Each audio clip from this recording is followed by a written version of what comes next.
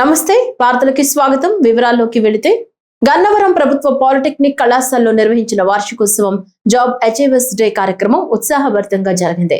ఈ వేడుకలకు ఆంధ్రప్రదేశ్ ప్రభుత్వ విప్ గన్నవరం ఎమ్మెల్యే యార్లగడ్డ వెంకట్రావు ముఖ్య అతిథిగా హాజరై జ్యోతి ప్రజ్వలన చేసి కార్యక్రమాన్ని ప్రారంభించారు. కళాశాలలో 4 విభాగాలకు చెందిన మొత్తం 132 మంది ఫైనల్ ఇయర్ విద్యార్థులు వివిధ ప్రముఖ సంస్థల్లో ఉద్యోగాలకు ఎంపిక కావడంతో 100% ప్లేస్మెంట్లు నమోదయ్యాయి. గతంలో కొన్ని బ్రాంచ్లకు పరిమితమైన అవకాశాలు ఉండగా ఈసారి అన్ని విభాగాల్లోనూ పూర్తి స్థాయి ప్లేస్మెంట్లు సాధించడం విశేషంగా నిలిచింది. ఎంపికైన విద్యార్థులకు ఎమ్మెల్యే యార్లగడ్డ వెంకట్రావు స్వయంగా జాబ్ ఆఫర్ లెటర్లు అందజేసి అభినందించారు. ఈ సందర్భంగా యార్లగడ్డ మాట్లాడుతూ గన్నవరానికి సీడాక్ సంస్థను తీసుకురావడానికి ముఖ్యమంత్రి నారా చంద్రబాబు నాయుడుతో చర్చలు జరుగుతున్నాయని తెలిపారు. అవుట్ గోయింగ్ బ్యాచ్ అయితే అవుట్ ఆఫ్ 132 మెంబర్స్ కి ప్లేస్మెంట్స్ రావటం, వాళ్ళ ఆఫర్ లెటర్లు ఇమ్మని నన్ను పిలవటం, ఈ కాలేజ్ యాజమాన్యానికి, ప్రిన్సిపల్ గారికి, సిబ్బందికి, ఫ్యాకల్టీకి, అధికారులందరికీ నా ధన్యవాదాలు తెలియజేస్తూ, గన్నవరం నియోజకవర్గంలోని పాలిటెక్నిక్ కాలేజ్ నుంచి 100% క్యాంపస్లో జాబులు వస్తాం శుభసూచనగా భావిస్తూ, దీనికి ముఖ్య కారకులైన faculty, each and every faculty member, ప్రతి టీచర్ని వాళ్ళకి ధన్యవాదాలు తెలియజేస్తూ, రాబోయే కాలంలో సీడ్ టెక్నాలజీ బ్రాంచ్ని ఏమైనా ఏర్పాటు చేస్తే అగ్రిటెక్ యూనివర్సిటీని చేద్దామని ప్రభుత్వం భావిస్తుంది. కాబట్టి కాలేజ్ పెడతాం కన్నా ఉన్న పాలిటెక్నిక్ కాలేజీలో ఒక కోర్సు పెడితే ఎలా ఉంటుందని మాట్లాడితే అవకాశం ఉందని చెప్పారు. దీన్ని డెఫినెట్గా ప్రభుత్వం దృష్టికి తీసుకెళ్లి ఆ దిశగా పనిచేస్తా. రాబోయే కాలంలో సీడాక్ కంపెనీతో కూడా దాదాపు చర్చలు పూర్తయినాయి. గౌరవ ముఖ్యమంత్రి గారితో ఒక మీటింగ్ జరిగితే సీడాక్ గన్నవరం రాబోతుంది. సీడాక్ లాంటి సంస్థలు వస్తే చుట్టుపక్కల 120 ఇంజనీరింగ్ కాలేజీ 4 జిల్లాల్లో ఉన్నాయి. అలాగే గన్నవరం పాలిటెక్నిక్ కాలేజ్, ఇంకా చాలా కాలేజీలు నియర్ బై ఉన్నాయి. వీళ్ళందరికీ ఏ ట్రైనింగ్ కానీ వీటన్నిటికీ గన్నవరం నియోజకవర్గ యువత భవిష్యత్తు డెఫినెట్గా అది గేమ్ చేంజర్ అవుతుందని నేను భావిస్తున్నాను.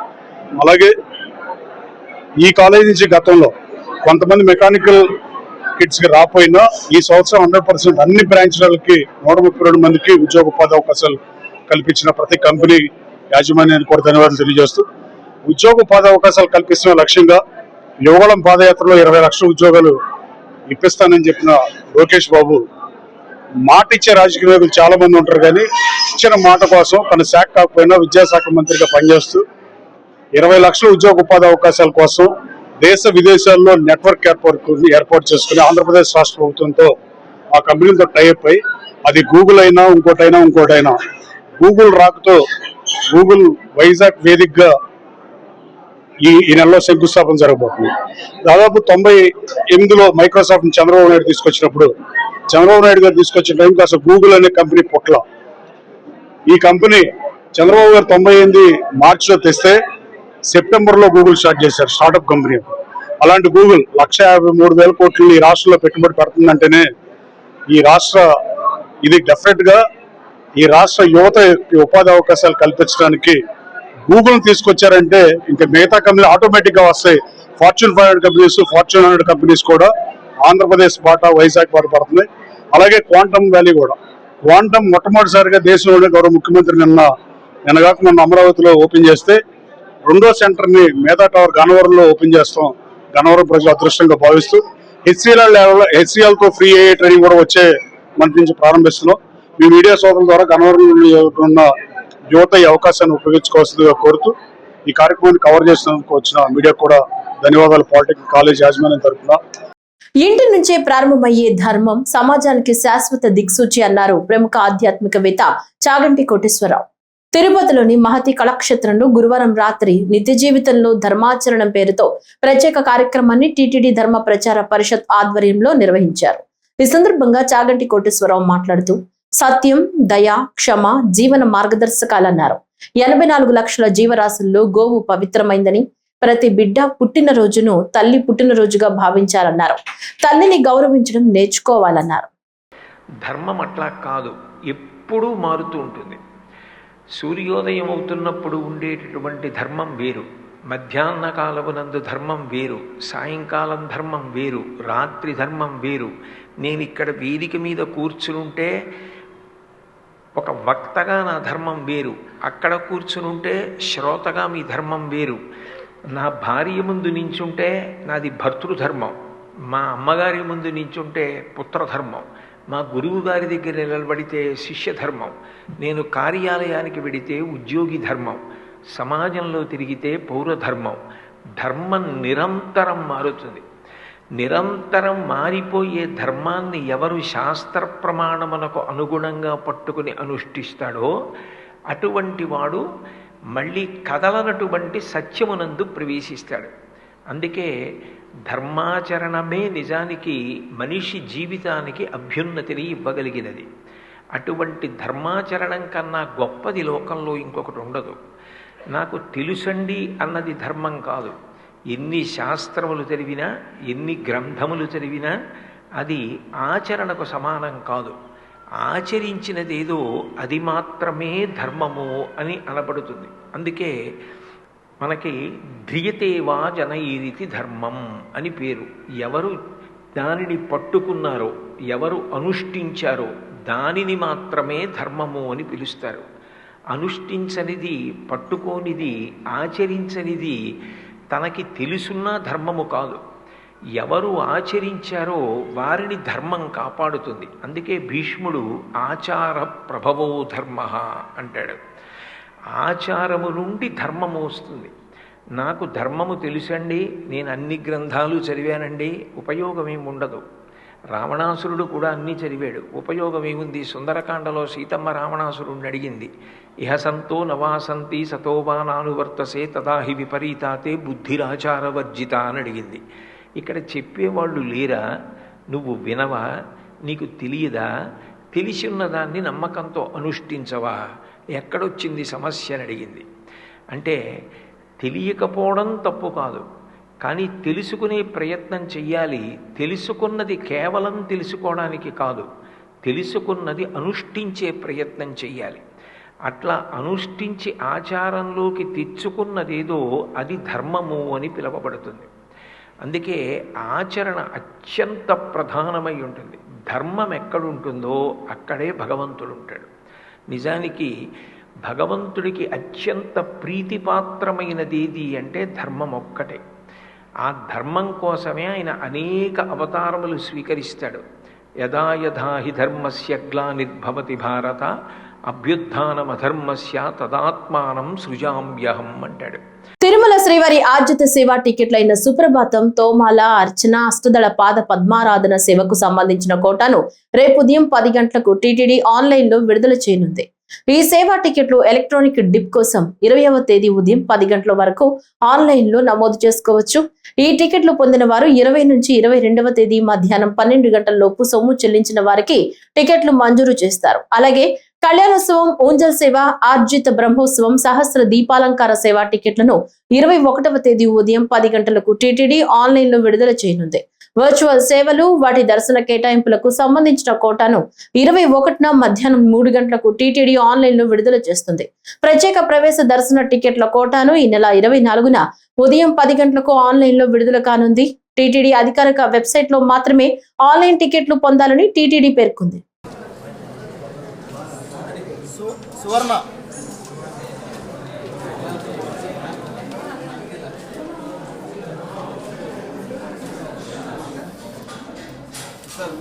మంచం 2 నంబర్ సార్ 3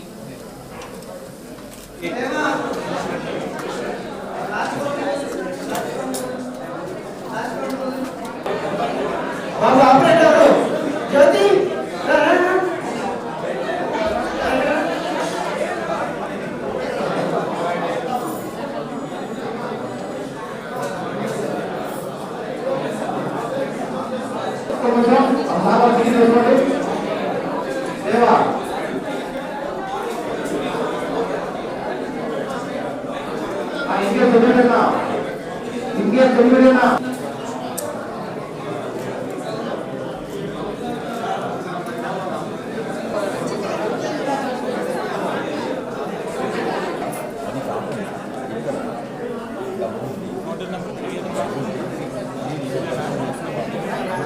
ఫస్ట్ లోపల సెట్టింగ్ వేసుకొని సెట్టింగ్ కొంచెం పెట్టేసండి.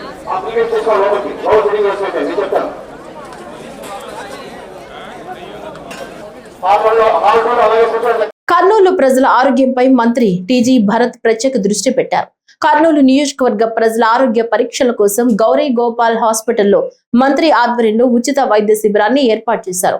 దాదాపు 10,000 రూపాయల విలువ చేసే వైద్య పరీక్షలు మంత్రి ప్రజలకు ఉచితంగా చేయిస్తున్నారు. వీటిని ప్రజలందరూ సద్వినియోగం చేసుకోవాలని కూడా చైర్మన్ సోమిశెట్టి వెంకటేశ్వర్లు కోరారు. ఎమ్మెల్యే అయిన తర్వాత ప్రజల్ని పట్టించుకోరని, కానీ కర్నూలు ఎమ్మెల్యే టీజీ భరత్ నియోజకవర్గం ప్రజల అభివృద్ధితో పాటు ఆరోగ్యంపై కూడా దృష్టి పెట్టి వారికి సేవలు చేయడం హర్షించదగ్గ విషయమని వైద్యులు, తెదేపా నాయకులు హర్ష వ్యక్తం చేశారు. ఉచిత మెగా వైద్య శిబిరం గౌరీ గోపాల్ హాస్పిటల్లో మంత్రి టీజీ భరత్ గారు ఏర్పాటు చేసినటువంటి ఈ కార్యక్రమం పోయిన 10 రోజుల కిందట కూడా జరిగింది. మరి ఇదో రెండోసారి. ఇవన్నీ చూస్తుంటే పోయినసారి ఒక 250 మెంబర్స్ పైన చెక్ చేసుకున్నారు. దాంట్లో కొంతమందికి అక్కడక్కడ ట్రబుల్స్ ఉన్నట్టు ఉన్నాయి. ఆ ట్రబుల్స్ అన్ని ఎందుకంటే వాళ్ళకు రిపోర్ట్స్ కూడా ఇచ్చారు. మీకు ఈ ట్రబుల్ ఉంది, ఈ కథ ఉండే అని చెప్పి వాళ్ళ రిపోర్ట్ చూసుకున్నారు.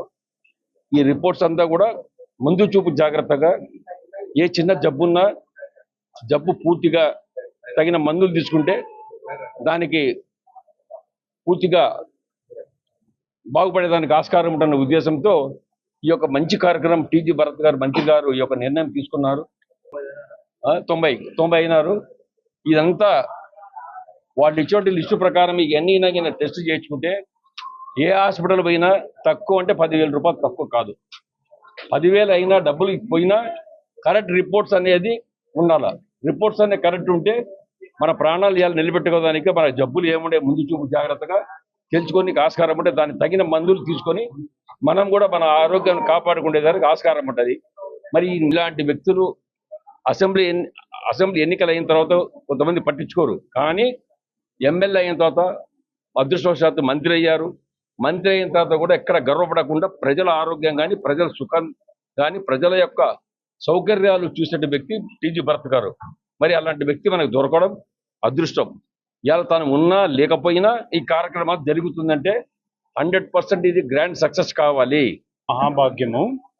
సో వ్యాధులని తొందరగా తొలి దశలోనే గుర్తించి దానికి కరెక్ట్గా ట్రీట్మెంట్ ఇవ్వడం వల్ల మనం వ్యాధిని అదుపులో తెచ్చుకొని ప్రాణాపాయము రిస్క్ని తగ్గించుకోవచ్చు. టీజీ భరత్ గారు ఆరోగ్యం యొక్క ప్రాముఖ్యతని, తన నియోజకవర్గ ప్రజల క్షేమాన్ని కాంక్షించే వ్యక్తి కాబట్టి ఎంతో ముందు చూపుతో ఈ యొక్క స్క్రీనింగ్ ఇవన్నీ చేసుకొనిగా కర్నూలు ప్రజలకి ఈ యొక్క బంగారు అవకాశాన్ని కల్పించారు.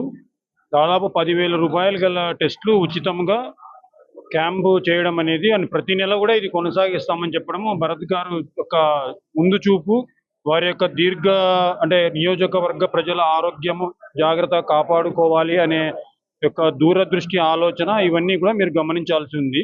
రాష్ట్ర స్థాయి మాజీ సైనికుల సమావేశాన్ని జయప్రదం చేయాలి. రాష్ట్ర అధ్యక్షులు తాండ్ర సాంబశివరావు ఈ నెల 19వ తేదీన బాపట్ల పట్టణంలోని శ్రీ అన్నం సతీష్ ప్రభాకర్ కాపు కళ్యాణ మండపంలో జరగబోవు రాష్ట్ర స్థాయి మాజీ సైనికుల సంఘం, ఆంధ్రప్రదేశ్ రాష్ట్ర మాజీ సైనిక సంక్షేమ సంఘం యొక్క ప్రథమ ఆవిర్భావ వార్షికోత్సవాన్ని జయప్రదం చేయవలసిందిగా మాజీ సైనిక సంక్షేమ సంఘం రాష్ట్ర అధ్యక్షులు తాండ్ర సాంబశివరావు కోరారు.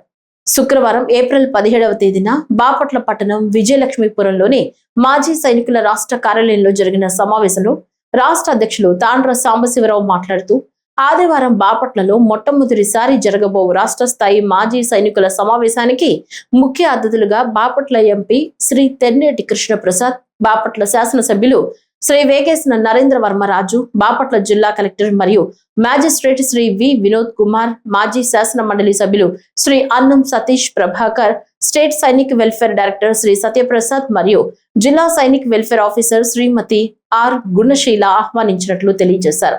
రాష్ట్ర వ్యాప్తంగా ఉన్న మాజీ సైనిక సంక్షేమ సంఘాల నాయకులు మరియు మాజీ సైనికులు పాల్గొని భవిష్యత్తులో మాజీ సైనికుల సంక్షేమం కోసం తీసుకోవాల్సిన సంక్షేమ కార్యక్రమాల గురించి తగు సూచనలు, సలహాలు ఇవ్వవలసిందిగా కోరిన రాష్ట్ర అధ్యక్షులు తాండ్ర సాంబశివరావు, బయట జిల్లాల నుంచి మరియు సుదూర ప్రాంతాల నుంచి వచ్చే మాజీ సైనికులు తమ యొక్క వివరాలను ముందస్తుగానే తెలియజేస్తే తగు ఏర్పాట్లు కూడా చేయబడని ఆయన తెలియజేశారు. అందరూ కూడా జనరల్ బాడీ సమావేశంలో కూడా పాల్గొని తమ యొక్క అమూల్యమైనటువంటి సూచనలు, సలహాలను ఏ విధంగా మన మాజీ సైనికుల కుటుంబ సభ్యులకు సంక్షేమాన్ని ఇంకా బెటర్గా అందించడం కోసం ఏ విధమైనటువంటి చర్యలు తీసుకోవాలో తమ యొక్క అమూల్యమైన సూచనలు ఇవ్వాలని చెప్పి, అదేవిధంగా మరి ఈ యొక్క సమావేశానికి ముఖ్య అతిథులుగా మరి ఇక్కడ బాపట్ల పార్లమెంట్ సభ్యులు, లోక్సభ ప్యానల్ స్పీకర్ గారైనటువంటి శ్రీ తెన్నేటి కృష్ణప్రసాద్ గారిని కూడా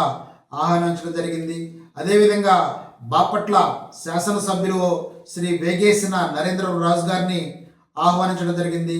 ముఖ్యంగా బాపట్ల జిల్లా కలెక్టర్ గారైనటువంటి డిస్ట్రిక్ట్ మెజిస్ట్రేట్ మరియు జిల్లా సైనిక్ వెల్ఫేర్ బోర్డు యొక్క చైర్మన్ అయినటువంటి జిల్లా కలెక్టర్ గారు డాక్టర్ బి వినోద్ కుమార్ గారిని కూడా మరి ఆహ్వానించడం జరిగింది. మరి మాజీ శాసన మండలి సభ్యులు శ్రీ అన్నం సతీష్ ప్రభాకర్ గారిని ఆహ్వానించడం జరిగింది.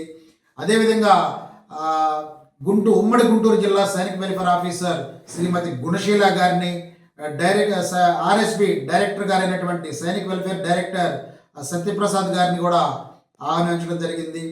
ఈ యొక్క సమావేశానికి మీరందరూ కూడా విచ్చేసి ముఖ్య అతిథులు ఇచ్చేటటువంటి సూచనలను, సలహాలను, మాజీ సైనికుల గురించి వారు మాట్లాడేటటువంటి మరి మాటలను కూడా మనం మరి అర్థం చేసుకొని మరి ఈ యొక్క సభను జయప్రదం చేయాలని చెప్పి నేను కోరుకుంటా ఉన్నాను.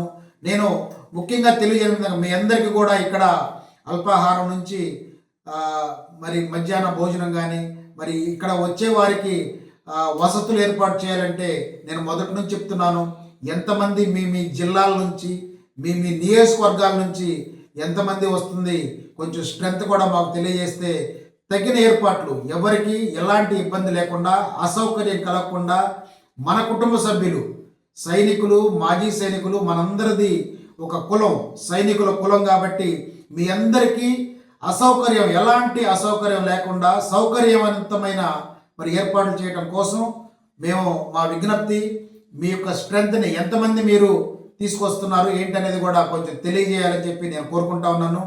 ముఖ్యంగా ఆంధ్రప్రదేశ్ రాష్ట్రంలో ఉన్న మాజీ సైనికుల కోసం ప్రప్రథమంగా ఎన్నికల ద్వారా ఏర్పడినటువంటి ఆంధ్రప్రదేశ్ రాష్ట్ర మాజీ సైనిక సంక్షేమ సంఘం యొక్క మరి ఆవిర్భావ వార్షికోత్సవాన్ని జయప్రదం చేయాలని, జనరల్ బాడీలో కూడా మీ అందరూ పాల్గొని జయప్రదం చేయాలని చెప్పి కోరుకుంటూ మరొకసారి రాష్ట్ర వ్యాప్తంగా ఉన్నటువంటి మాజీ సైనిక సంక్షేమ సంఘాల నాయకులకు, మాజీ సైనికులకు, బాపట్లకు మీకు స్వాగతం పలుకుతూ సెలవు తీసుకుంటున్నాను. Thank you.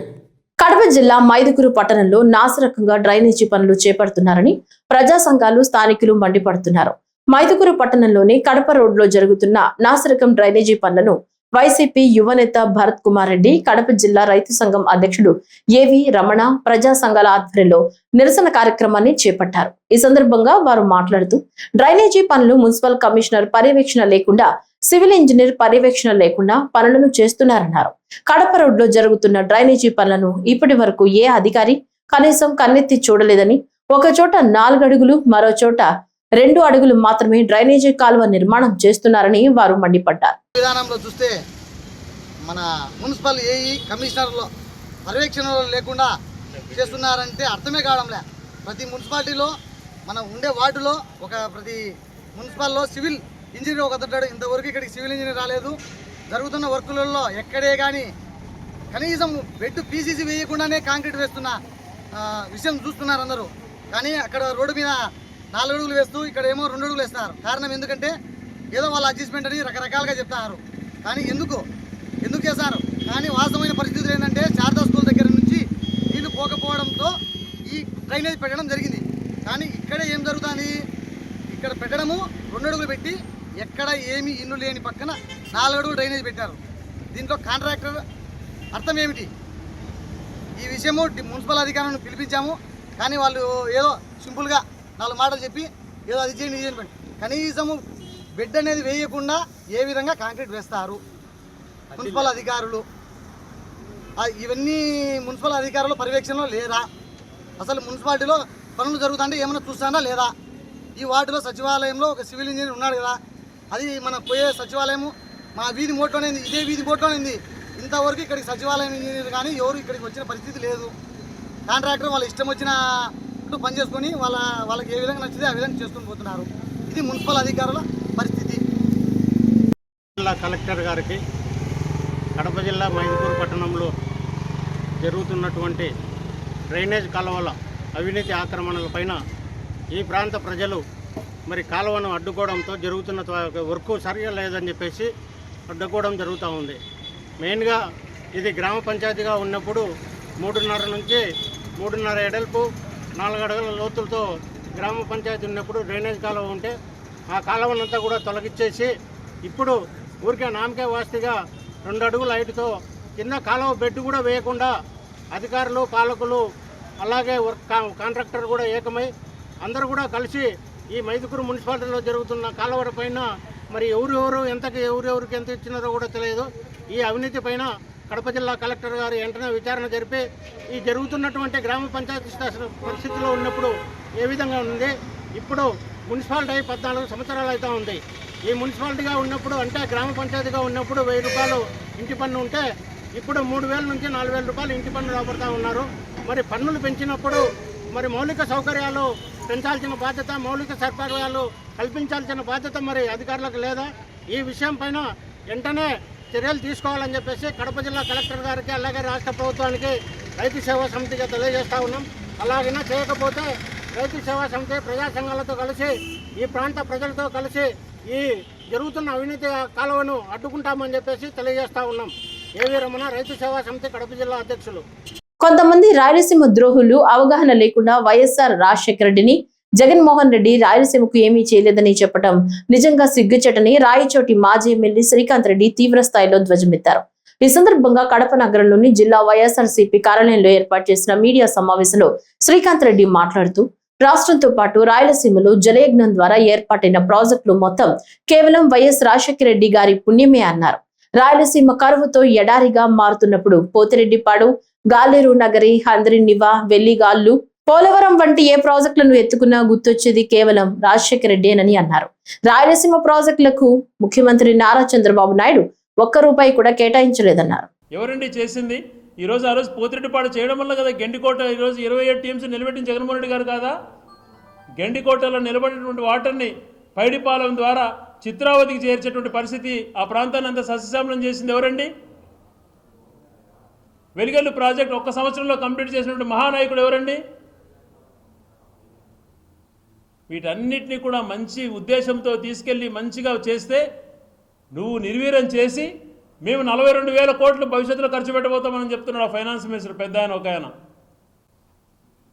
ఎందుకు ఆ మాట చెప్తున్నాడు అని అంటే ఈరోజు సెల్ఫ్ సస్టైనబిలిటీ సిటీ, సెల్ఫ్ ఫైనాన్స్తో నిర్మిస్తున్నాం సిటీ అని చెప్పి 2 లక్షల కోట్లు అక్కడ అన్ని ప్రాంతాలపైన ఖర్చు పెట్టిస్తూ మళ్ళీ మభ్యపెట్టడానికి ఇప్పుడు ₹1 డబ్బు లేదు, ప్రభుత్వం ఖజానా ఖాళీ అని చెప్పేటువంటి వాళ్ళు 42,000 కోట్లు ఖర్చు పెడతారంట. ఏ ప్రాజెక్టుకి ఎంత ఖర్చు పెడతారో చెప్పమని చెప్పి సవాల్ చేస్తున్నాం. ఇదేగా ఈ ప్రాంతంలో కరువు శాశ్వతంగా నిర్మూలించడానికి హంద్రినివాను మళ్ళీ కూడా కంప్లీట్ చేయడానికి నిధులు కేటాయించాడు జగన్మోహన్ రెడ్డి గారు. దాంతోపాటు గెండికోటలో ఉన్నటువంటి నీళ్లను హంద్రినివా ద్వారా అనంతపురం జిల్లాకు పూర్తిగా సరిపోతాయి, ఈ ప్రాంతానికి కూడా సపరేట్గా ఉండాలా అన్ని ప్రాంతాలకు అని చెప్పి పులివెందల, రాయచోటి ఇట్లా మదనపల్లె ఏరియా కరువు ప్రాంతాల కోసం అని చెప్పి హెచ్ఎన్ఎస్ఎస్ నుంచి జిఎన్ఎస్ఎస్ నుంచి హెచ్ఎన్ఎస్కి లింక్ కూడా పెట్టాడు. ఆ ప్రాజెక్ట్ దాదాపుగా 60% కంప్లీట్ అయితే మూలన పడేశారు. ఇటువంటి టేకప్ చేయని వాళ్ళు 42,000 కోట్లు ఖర్చు పెడతారా? హంద్రినివా కెనాల్ని 6,000 క్యూసెక్స్కి పట్టారు, 3,000 క్యూసెక్లు తక్కువ వస్తుంది, 6,000 క్యూసెక్లకు చేయాలని చెప్పి ఎవరో ఆలోచన చేసి ఆ ప్రాజెక్టు నిర్మాణానికి శ్రీకారం చుట్టిన జగన్మోహన్ రెడ్డి గారు కాదా? ఈరోజు ఈ ప్రాంతంలో శ్రీ సిటీ రాయలసీమ ప్రాంతంలో వచ్చిన కియా ప్రాజెక్టు, గొల్లపల్లి రిజర్వాయర్ ఉందని చెప్పి కియా ప్రాజెక్ట్ వచ్చింది. వీటికన్నిటికీ కారకులు తండ్రి కుమారులు. వాళ్ళు ఈ ప్రాంతానికి చేసినటువంటి మేలును మీరు చులకన చేసి మాట్లాడటం, మీరేమి చేయకపోయినా ఏదో చేయబోతున్నామని చెప్పి మాట్లాడుతున్నారు. ఒక రాయలసీమ ప్రాజెక్టులు ఎందుకు మీరు ఈ గతంలో అంత నిర్లక్ష్యం చేశారు, ఇప్పుడు ఈ 2 సంవత్సరాల్లో ఏం చేశారు అంటున్నది మీరు చెప్పాల్సిన బాధ్యత మీ పైన ఉంది. అదేమి చేయకుండా ఉన్న ప్రాజెక్టును, అయిపోయే ప్రాజెక్టును రాయలసీమ లిఫ్ట్ను ఆపేసి అది కూడా పక్క రాష్ట్ర సీఎంతో కుమ్మక్కై వాళ్ళకు లబ్ధి చేకూరే విధంగా ప్రయత్నం చేస్తూ రాయలసీమ గొంతుకొస్తూ రాయలసీమ ప్రాంతానికి వచ్చినటువంటి హైకోర్టును మూవ్ చేసి ఈ ప్రాంతానికి వచ్చినటువంటి లా యూనివర్సిటీని తీసేసి ఇక్కడ ఏర్పడినటువంటి సెజ్జులకు నిర్లక్ష్యం చేస్తూ ఈ ప్రాంత ప్రాజెక్టులు నిర్వీర్యం చేస్తున్నారు. ఈ ప్రాంతం అన్ని ప్రాంతాలతో పాటు సమానంగా అభివృద్ధి చెందాలా. రాయలసీమకు ఒకప్పుడు రాజధాని ఉండేది, కర్నూలు అటువంటిది ఉండేది. కనీసం రాజధాని లేకపోయినా హైకోర్టు అన్నటువంటిది ఉంటే కన్నా ఈ ప్రాంతానికి కొద్ది గొప్ప న్యాయం చేసేట్టు ఉంటుంది అని చెప్పి అన్ని రకాల పర్మిషన్స్ కోసం ప్రయత్నం చేసి అలైడ్ కోర్ట్స్ కూడా ఏర్పాటు చేసి కర్నూలులో మంచి చేయాలని ప్రయత్నం చేస్తే నిర్దాక్షిణ్యంగా ఓవర్ నైట్ హైకోర్టు తరలిస్తే కూడా మాట్లాడలేకున్నారు అని అంటే మీరు ఈ ప్రాంతాన్ని గొంతుకొస్తున్నట్టు కాదా? ప్రొద్దుటూరు కొత్తపల్లి పంచాయతీలోని దేవాదాయ శాఖ భూములకు ఎటువంటి అప్రూవర్ రాకుండా ఏ విధంగా భూమి పూజ చేస్తారని ప్రొద్దుటూరు వైస్ చైర్మన్ బంగారు రెడ్డి ప్రశ్నించారు. ఈ సందర్భంగా ప్రొద్దుటూరులోని కొత్తపల్లి పంచాయతీలోని దేవాదాయ శాఖ భూముల్లో జరుగుతున్న పనులను ప్రొద్దుటూరు వైస్ చైర్మన్ బంగారు రెడ్డి పరిశీలించారు.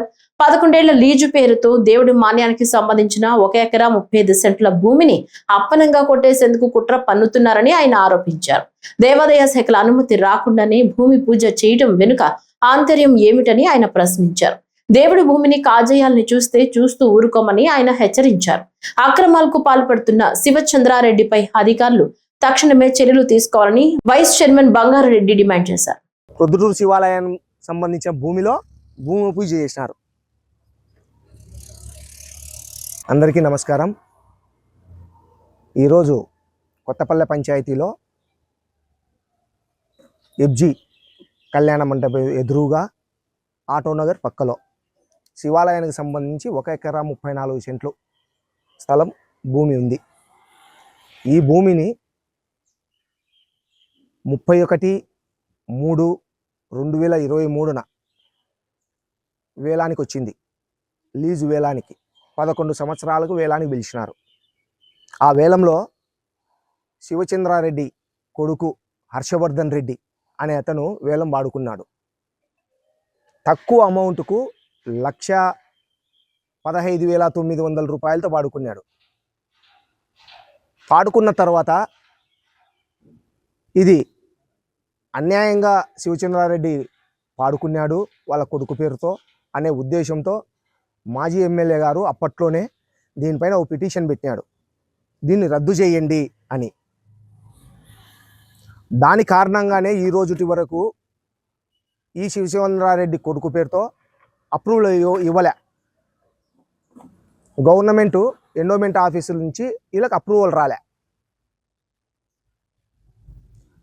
ఇప్పుడు శివచంద్రారెడ్డి అప్రూవల్ రాని దాన్ని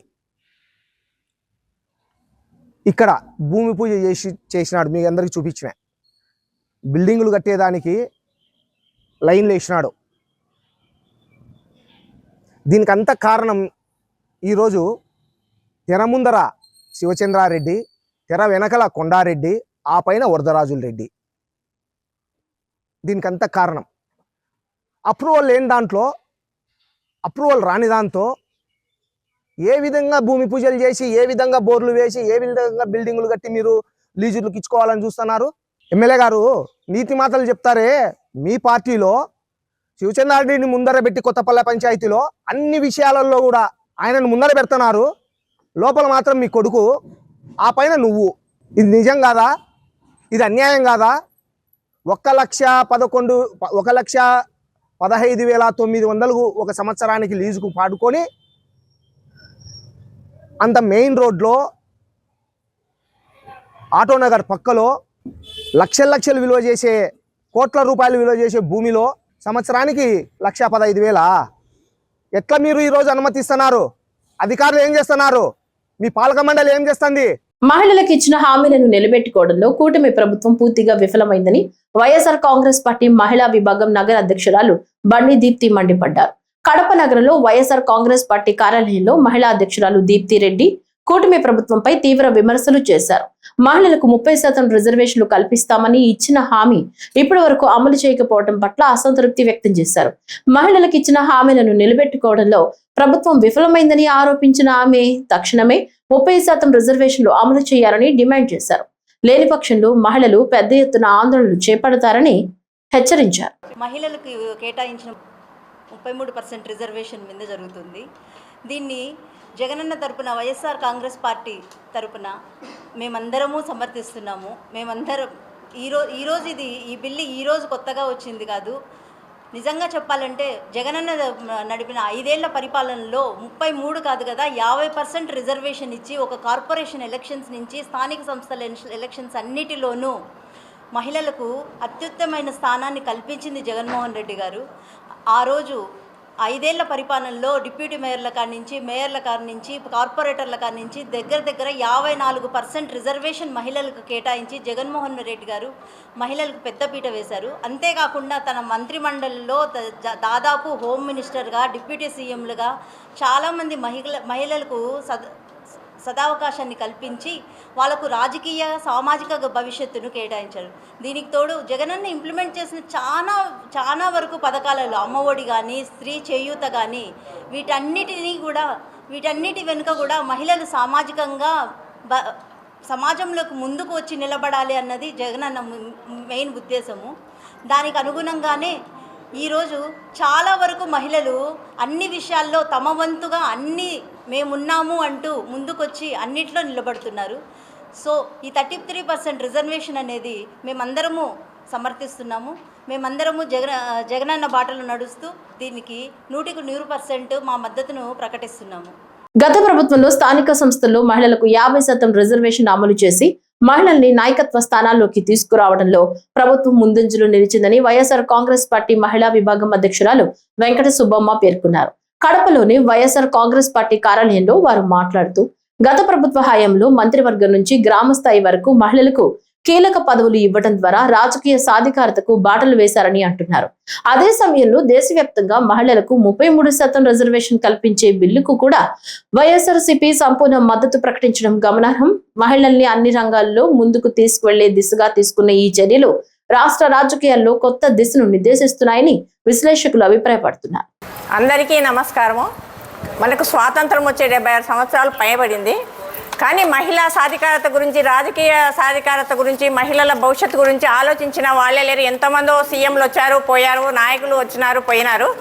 కానీ జగన్మోహన్ రెడ్డి గారి ప్రభుత్వం వచ్చిన తర్వాత మహిళకు రాజకీయ సాధికారత వచ్చిందంటే ఫస్ట్ రాష్ట్రంలో, దేశంలో ఫస్ట్ జగన్మోహన్ రెడ్డి గారి హయాంలోనే వచ్చింది. అంత స్థానిక సంస్థలో 50% ఏదైనా కానీ, చైర్మన్లలో కానీ, వైస్ చైర్మన్లలో కానీ అన్నిట్లో 50% ఇచ్చినారు. ఇప్పుడు దేశ ప్రధాని అయినటువంటి శ్రీ నరేంద్ర మోదీ గారు చట్టసభల్లో 33% ఇవ్వాలని ఆ దిశగా ఈ బిల్లు పాస్ చేయడం, అడుగులు వేయడం నిజంగా అంటే మహిళలందరము హర్షించదగిన విషయము. అందరం అభినందనలు, ఆనందంగా ఉన్నాము. దీనికి సంపూర్ణ మద్దతు మా వైఎస్ఆర్సీపీ సంపూర్ణ మద్దతు చేసినారు. ఎంతమంది ఎన్ని ప్రభుత్వాలు వచ్చినా కూడా రాజకీయంగా తెచ్చినారంటే ఫస్ట్ ఒక హోమ్ మినిస్టర్ని చేసింది మన వైఎస్ జగన్మోహన్ రెడ్డి గారు, ఒక డిప్యూటీ సీఎం చేసింది మహిళలను వైఎస్ జగన్మోహన్ రెడ్డి గారు, శాసన మండలిలో డిప్యూటీ స్పీకర్ చేసింది కూడా ఒక ముస్లిం మైనార్టీ మహిళలను మన జగన్మోహన్ రెడ్డి గారు తర్వాత అందరూ చేసినారు. మేము చట్టసభలో ఈ 33% ఇచ్చిన జగన్మోహన్ రెడ్డి గారికి సంపూర్ణ మద్దతు జరిపిన జగన్మోహన్ రెడ్డి గారికి ఇచ్చిన మన ప్రధానమంత్రి గారికి ధన్యవాదాలు తెలుపుకుంటున్నాము. మహిళలకి ఎంత చేసినా ఏదైనా ఏమంటారు ఈ పథకాలలో కూడా 75% ఏదొచ్చినా నిజంగా అంటే జగన్మోహన్ రెడ్డి ప్రభుత్వంలో ఎంత హాయిగా ఉన్నారంటే రాష్ట్రమంతా, దేశమంతా ఇట్లాగే ఉంటే చాలా ఆనందంగా ఉంటుందని మేము అనుకుంటున్నాము. ఏ పథకం వచ్చినా, ఏవి వచ్చినా, ఏ బిల్లులు వచ్చినా కూడా మహిళలకే ఇలాంటి ప్రభుత్వము ఉండాలని జగన్మోహన్ రెడ్డి గారికి సంపూర్ణ మద్దతు తెలిపినందుకు ధన్యవాదాలు. ఈ బిల్లు తెచ్చినందుకు నరేంద్ర మోడీ గారికి ధన్యవాదాలు. ఒక కందుకూరి వీరేశలింగము, వాళ్ళ అడుగుజాడలో నడుస్తున్న మన జగనన్న గారికి మేము మహిళల తరఫున ఎప్పుడు రుణపడి ఉన్నాము. మహిళలందరూ ఆయన లేని దానికి, ఆయన ప్రభుత్వం రావడానికి మేమే కాదు ప్రతి ఒక్కరూ చింతిస్తున్నాము. ఆయన నెక్స్ట్ సీఎం అయ్యి ఇంతకింత ఉద్ధృతంగా మహిళల తరఫున ఉండాలని మనస్ఫూర్తిగా కోరుకుంటున్నాను. ఈ అవకాశం ఇచ్చిన అందరికీ ధన్యవాదాలు. వైఎస్ఆర్ కడప జిల్లాలోని వేంపల్లిలో మక్కా మసీదు ఆదాయంపై అవకతవకల ఆరోపణలు వివాదంగా మారాయి. అయితే ఈ ఆరోపణల్ని మసీదు కమిటీ పెద్దలు ఖండించారు.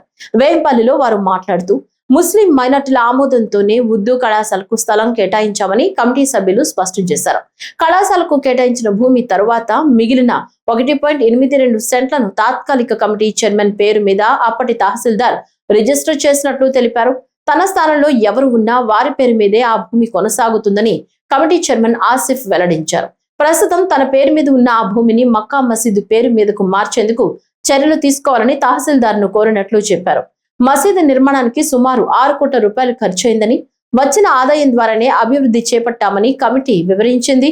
ప్రస్తుత కమిటీ సభ్యుల్లో ఎవరు దేవుడి సొమ్మును దుర్వినియోగం చేసే పరిస్థితులు లేరని స్పష్టం చేశారు. మేము తీసుకొని మేస్త్రికి వచ్చిన అడ్మాసు రూములకు గాను పైన వచ్చిన అడ్మాసులు ఈ 40 లక్షలు జత చేసి ఒక 70 లక్షలు మేస్త్రికి గాను జమ ఇచ్చి 50 లక్షలు మాత్రము అతనికి మేము బాకీ పడినామని చెప్తున్నామే కానీ మసీదు బాకీ పడిందని ఎవరికి మేము చెప్పలేదు, చెప్పము కూడా. ఉండేది ఉన్నట్టుగా చెప్తా ఉన్నాము. ఇప్పుడు ఉండే ఈ కమిటీ వాళ్ళు ఒకరి మీద ఆధారపడే వాళ్ళు లేరు. మసీదు సొమ్ము తీసుకొని పెట్టుబడి తిన్న వాడుకునే వాళ్ళు లేము. ఇంకా మనం కావాలంటే అవతలోళ్లకు సహకరించేదానికి ఇచ్చేదానికి డబ్బులు మన దగ్గర దేవుని దయ వల్ల దేవుడు ఇచ్చాడే కానీ ఇంకొకరి కోసం చేయి చాచాల్సిన అవసరం మనకు లేదు. దేవస్థానం డబ్బులు వాడుకునే దానికి కూడా మనకు అవసరం లేదు.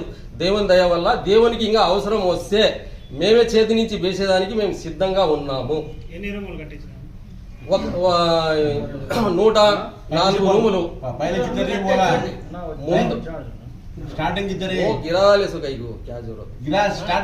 కడప జిల్లా పులివెందుల తాలూకా వేంపల్లె మండలము మక్కా మసీదు అడ్డరోడ్డు మసీదులో 2017లో మా కమిటీ ఫామ్ అయింది. తర్వాత ఉర్దూ కాలేజ్ ప్రపోజల్ వచ్చింది. మా ఉర్దూ కాలేజు ప్రజా సేకరణ షాదీఖానాలో పెట్టినారు. ప్రజలంతా వేంపల్లి ప్రజలంతా వచ్చి దాని ఏకగ్రీవంగా మక్కా మసీదు 1 ఎకరా ఇస్తామని చెప్పి వేంపల్లి పెద్ద మనుషులంతా వచ్చి మాట్లాడినారు.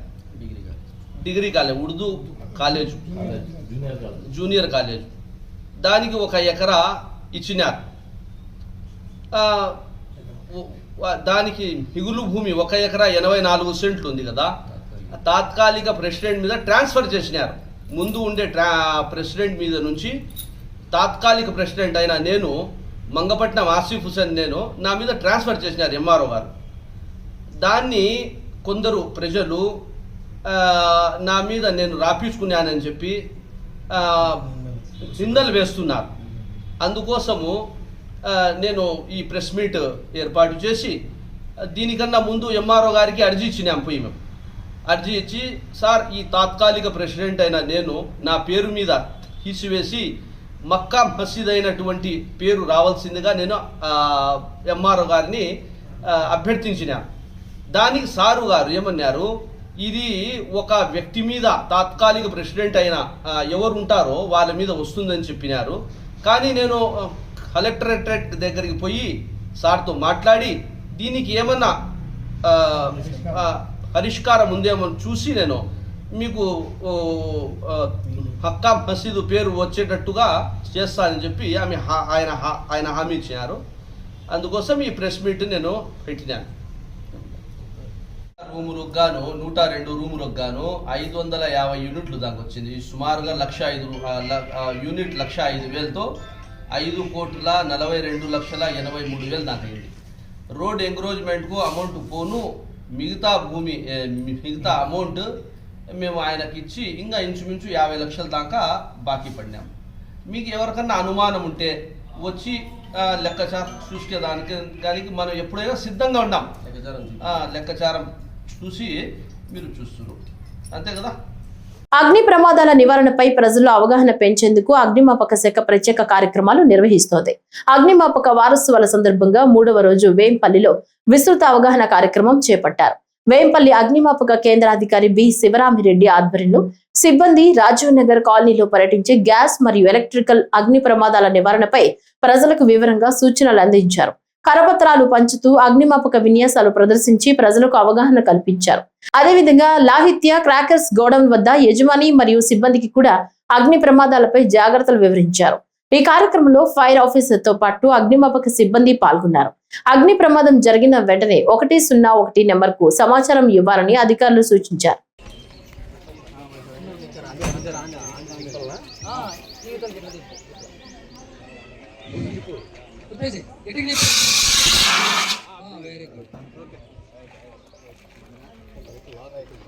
దగ్గర వంటగదిలోనే అసలు పెట్టకూడదు అనమాట. అక్కడ పెట్టడం వల్ల ఏమవుతుందంటే జరిగిన ప్రమాదము ఆ సిలిండర్కి అయితే పక్కనున్న సిలిండర్ కూడా అనుకొని ఇంకా ఎక్కువ ప్రమాదాలు జరగడానికి అవకాశం ఉంటుంది. ఆ ఇల్లంతా పేలిపోవడం కానీ పక్క ఇళ్ళకు కూడా వ్యాపించి అక్కడ కూడా మొత్తం ఈ విధంగా ప్రమాదం జరిగి వాళ్ళ ఇల్లు కూడా దెబ్బతింటాయి. అందులో ఉన్న జనాలు కానీ పిల్లలు కానీ వృద్ధులు కానీ వాళ్ళందరూ కూడా ప్రమాదం బారిన పడి అగ్ని ప్రమాదం బారిన పడి చనిపోవడానికి లేదా గాయపడడానికి అవకాశం ఎక్కువ ఉంటుంది అనమాట. అలా ఏం చేయకూడదు. అలాగే నూలు దుస్తులు మాత్రమే ధరించాలి వంట చేసేటప్పుడు వీలైతే. ఒకవేళ పొరపాటున మనకు వంట చేసేటప్పుడు మనకు ఫైర్ అడ్డుకుంది అనుకోండి, మీరు పరిగెడితే గాలి ఎక్కువ వీస్తుంది, ఆ గాలికి ఇంకా ఎక్కువ మంట ఉడుతుంది అనమాట మనకి. అలా కాకుండా కిందనే పడుకొని అటు ఇటు దొరలాలి. అటు ఇటు దొరికితే ఏమవుతుంది, ఫైర్ అనేది ఆరిపోతుంది అనమాట. లేదా ఎవరైనా దగ్గరలో ఉంటే వెంటనే ఒక దుప్పటి తీసుకొని వాళ్ళకి కప్పేసేయాలి. వాటర్లో కప్పేసి వెంటనే వాటర్ తగలకూడదు అంటారు, వాటర్ తగలాలి, వెంటనే కప్పేసేయాలి. కప్పేస్తే మినిమం వాళ్ళ టెంపరేచర్ని మనము ఆ ప్రమాదం బారి నుంచి రక్షించిన వాళ్ళం అవుతాము. వెంటనే మనం 108కి అంబులెన్స్ కాల్ చేస్తే వాళ్ళు వచ్చి అక్కడికి తీసుకెళ్ళి ట్రీట్మెంట్ స్టార్ట్ చేస్తారనమాట. వంటగదిలో కన్ఫర్మ్గా గాలి వెలుతురు చేతిలో ఉండాలి. అదనంగా సిలిండర్లు ఉంచకూడదు. ఏదైనా ప్రమాదం జరిగితే వెంటనే మీరు భయపడుకోకుండా బయటికి రాకోకుండా రెగ్యులేటర్ ఆఫ్ చేయాలి. ఇంకా కిరోసిన్ స్టవ్ వీటిలో కింద పెట్టి పోయిపోకుండా, ఇప్పుడంటే లేవు, ఒకవేళ ఉంటే కిరోసిన్ స్టవ్ వాటిల్లో పైనుంచే చాలా హైట్లో పెట్టి కిరోసిన్ స్టవ్ మన ఎడ్జ్లోకి ఇట్లా పోయాలి కిరోసిన్ పోసేటట్లు అయితే. అలా కాకుండా అలా కింద నుంచి పోస్తున్నాం అనుకో, ఇదేంటంటే ఆ వేపర్స్ అన్నీ మనం పీల్చుకోవడానికి అవకాశం ఉంటుంది. తర్వాత జబ్బుల బారిన పడతారు ఎవరైతే ఈ విధంగా చేస్తూ ఉన్నారో. ఆ విధంగా ఇట్లాంటి కొన్ని ప్రికాషన్స్ పాటిస్తున్నట్లయితేనా మనము ఈ అగ్ని ప్రమాదాల బారి నుంచి తప్పించుకొని మనము, మన ఇంట్లో పిల్లలు, వృద్ధులు, మన వాళ్ళు, మన పక్కింటి వాళ్ళు, ఇరుగు పొరుగు వాళ్ళందరూ కూడా మనమందరం సేఫ్గా ఉండడానికి అవకాశం ఉంటుంది. వైఎస్ఆర్ కడప జిల్లా వేంపల్లిలో పారిశుద్ధ్య పనులు తీవ్ర రూపం దాల్చాయి. వెంటనే ప్రత్యేక చర్యలు తీసుకోవాలని కాంగ్రెస్ పార్టీ నేతలు డిమాండ్ చేస్తున్నారు. పులివెందుల నియోజకవర్గ కాంగ్రెస్ ఇన్ఛార్జ్ మూలన్ రెడ్డి ధృవకుమార్ రెడ్డి ఆధ్వర్యంలో నాయకులు స్థానిక ఎంపీడీఓకు వినతి పత్రం సమర్పించారు. గత 6 నెలలుగా పారిశుద్ధ్య సిబ్బందికి జీతాలు అందకపోవడంతో గ్రామంలో చెత్త పేరుకుపోయి దుర్వాసనలు వస్తున్నాయని ఆరోపించారు. మురికి కాలువలో ప్లాస్టిక్ వ్యర్థాలు పేరుకుపోయి పరిస్థితి మరింత అధ్వానంగా మారిందని, దీనికి కారణం విష జ్వరాలు వ్యాప్తి చెందుతున్నాయని ఆందోళన వ్యక్తం చేశారు. ప్రజల ఆరోగ్యాన్ని దృష్టిలో పెట్టుకుని వెంటనే చర్యలు తీసుకోవాలని కోరారు. పారిశుద్ధ్య సిబ్బందికి పెండింగ్ జీతాలు, పిఎఫ్ నిధులు చెల్లించాలని డిమాండ్ చేస్తూ సమస్యలు పరిష్కరించకపోతే పంచాయతీ కార్యాలయం ముందు నిరాహార దీక్షలు చేపడతామని హెచ్చరించారు. రావడానికి ముఖ్య కారణం ఏంటంటే వేంపల్లిలో ఎక్కడ వేసిన చెత్త అక్కడే ఉంది. ఏ కాలువలో చూసినా నీళ్లకు బదులు ప్లాస్టిక్ బాటిళ్లు, ప్లాస్టిక్ కవర్లు, కాగితాలతో నిండిపోయి ఉంది పూర్తిగా. దాని విషయమై ఇక్కడికి విచ్చేసిన ఎంపీడీఓ గారిని కలవడానికి వచ్చినాం. మేమందరం కూడా ఎంపీడీఓ గారికి ఇక్కడ ఉన్న పరిస్థితులు, వేంపల్లో ఉన్నటువంటి పరిస్థితుల గురించి అన్నిటి గురించి వివరించి చెప్పడం జరిగింది. ఆయన కూడా సానుకూలంగా స్పందించింది. వెంటనే ఇక్కడ ఉన్నటువంటి పారిశుద్ధ్య సిబ్బందిని అందరినీ కూడా పిలిపించి ఇక్కడ ఉన్నటువంటి పారిశుద్ధ్యాన్ని క్లీన్ చేయించమని చెప్పడం జరిగింది. అదేవిధంగా ఇక్కడ ఉన్నటువంటి పారిశుద్ధ్య సిబ్బందికి దాదాపు 5 నెలల నుంచి జీతాలు రాకపోవడం, 2.5 సంవత్సరం పిఎఫ్ రాకపోవడాన్ని కూడా ఆయన దృష్టికి తీసుకుపోవడం జరిగింది. మేడం గారు, ఈఓ గారు ఇద్దరు కూడా చాలా సానుకూలంగా స్పందించి ఇక్కడికి స్పెషల్ ఆఫీసర్ గా వచ్చినటువంటి రామంజన్ గారి దృష్టికి తీసుకుపోయి త్వరలోనే ఆయనతో తంబేపించి వీళ్ళ పిఎఫ్ గానీ వీళ్ళ జీతాలు గానీ ఇప్పించేదానికి మేమంతా సంసిద్ధంగా ఉన్నామని చెప్పడం జరిగింది. అదేవిధంగా ఇక్కడ ఉన్నటువంటి సిబ్బంది కూడా డైలీ బ్యాచ్లుగా డివైడ్ చేసి ప్రతి వార్డుకు ఒక 2 3 కేటాయించి ఇక్కడ ఉన్నటువంటి వేంపల్లిలో ఉన్నటువంటి పారిశుద్ధ్యాన్ని క్లీన్ చేసే విధంగా వేంపల్లిని స్వచ్ఛ వేంపల్లిగా చేసే విధంగా మేమందరం కూడా సహకరిస్తామని చెప్పడం జరిగింది. మేము వాళ్ళకు చెప్పడం కూడా జరిగింది ఆఫీసర్లకు. 2-3 రోజుల్లో ఇది పని అంతా కాకపోతే కాంగ్రెస్ పార్టీ పక్షాన తులసిరెడ్డి గారు, మేము అందరం కూడా ఇదే పంచాయతీ ఆఫీసు వద్ద నిరాహార దీక్ష కూర్చుంటామని వాళ్ళకు కూడా చెప్పడం జరిగింది. సభాముఖంగా అందరి ముఖంగా మళ్ళొక్కసారి మేము చెప్తున్నాం, 3-4 రోజుల్లో వేంపల్లి పారిశుద్ధ్యం స్వచ్ఛ వేంపల్లి మాదిరి కనపడకపోతే కాంగ్రెస్ పార్టీ పక్షాన మేము ఇక్కడే ఇదే చెట్టు కింద నిరాహార దీక్ష కూర్చుంటామని హెచ్చరిస్తున్నా. జై కాంగ్రెస్, జై జై కాంగ్రెస్. కడపలో అమరావతి రాజధాని అంశంపై వైఎస్ఆర్సీపీ నేతలు తీవ్ర విమర్శలు గుప్పించారు. కమిషన్ల కోసమే అమరావతి ప్రాజెక్టును ముందుకు తీసుకువెళ్తున్నారని ఆరోపించారు. కడపలో వైఎస్ఆర్సీపీ యువజన నగర అధ్యక్షుడు గుంటి నాగేంద్ర, డాక్టర్స్ విభాగం జిల్లా అధ్యక్షుడు డాక్టర్ నాగార్జున రెడ్డి సంయుక్తంగా మీడియాతో మాట్లాడుతూ మాజీ సీఎం చంద్రబాబు నాయుడు ప్రజల్ని తప్పుదోవ పట్టిస్తున్నారని విమర్శించారు. అమరావతిని స్వయం సమృద్ధి నగరంగా చూపిస్తూ భారీ ఖర్చులు ప్రజలపై మోపుతున్నారని అన్నారు. రాజధాని నిర్మాణం పేరుతో లక్షల కోట్లు ఖర్చు చేస్తూ కాంట్రాక్టులకు ప్రాధాన్యం ఇస్తున్నారని, ఇది ప్రజల ప్రయోజనాల కోసం కాదని ఆరోపించారు. శివరామకృష్ణ కమిటీ సూచనలను పక్కన పెట్టి పంట భూముల్లో రాజధాని నిర్మాణానికి ప్రయత్నించారని విమర్శించారు. వికేంద్రీకరణ ద్వారా అభివృద్ధి సాధ్యమని, తక్కువ ఖర్చుతో రాజధాని నిర్మాణం చేయవచ్చని పేర్కొన్నారు. ప్రజలు ఇప్పటికే ఈ విషయాలను అర్థం చేసుకున్నారని, భవిష్యత్తులో వైఎస్ఆర్సీపీకి మద్దతు పెరుగుతుందని విశ్వాసం వ్యక్తం చేశారు. మచిలీపట్నంలో ఉన్న పోర్టు కానీ, విజయవాడలో ఉన్నటువంటి రైల్వే స్టేషన్ జంక్షన్ కానీ, అదే రైల్వే స్టేషన్ జంక్షన్ గుంటూరులో కూడా ఉంది.